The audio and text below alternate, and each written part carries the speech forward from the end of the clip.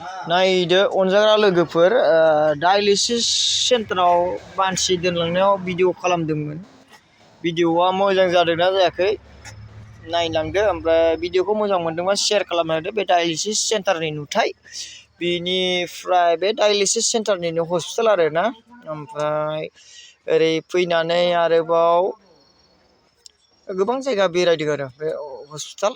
बिनिफ्राय जोङो दा हस्पिटालनिफ्राय गाहायाव माने डायलिसिसआ बियो माने 46 बेसआव गोलैयोनो, 64 बेसआव गोलैयो आरो। ओमफ्राय बे डायलिसिस सेन्टारावनो बे मानसिफोरखौ डायलिसिस खालामनायाव बिसोरो नेबाय थानाय, न'आव सिङाव पेसेन्टआ दङ, पाब्लिकखौ हाबनो होआ।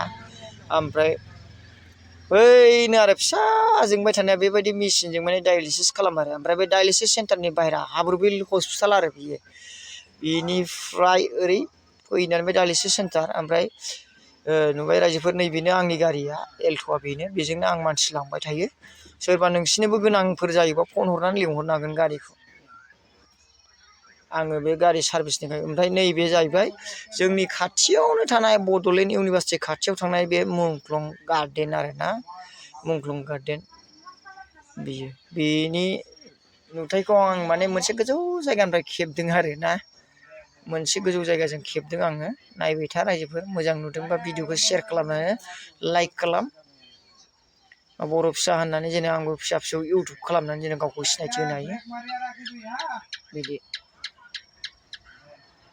नायलांबाय थादो। बे ओरै सेन्ट आन्स कलेज, ओरै जाहैबाय माबा मुंख्लं गार्डेन, बेनि गेजेराव नुनाय बे नुथायफोर आरोना।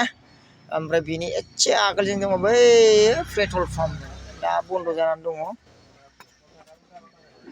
ओमफ्राय नैबे जायगायावनो जोङो मोनसे खामानि लादोंमोन, माने बाला अन्थाइ गारनाय, हा गारनाय,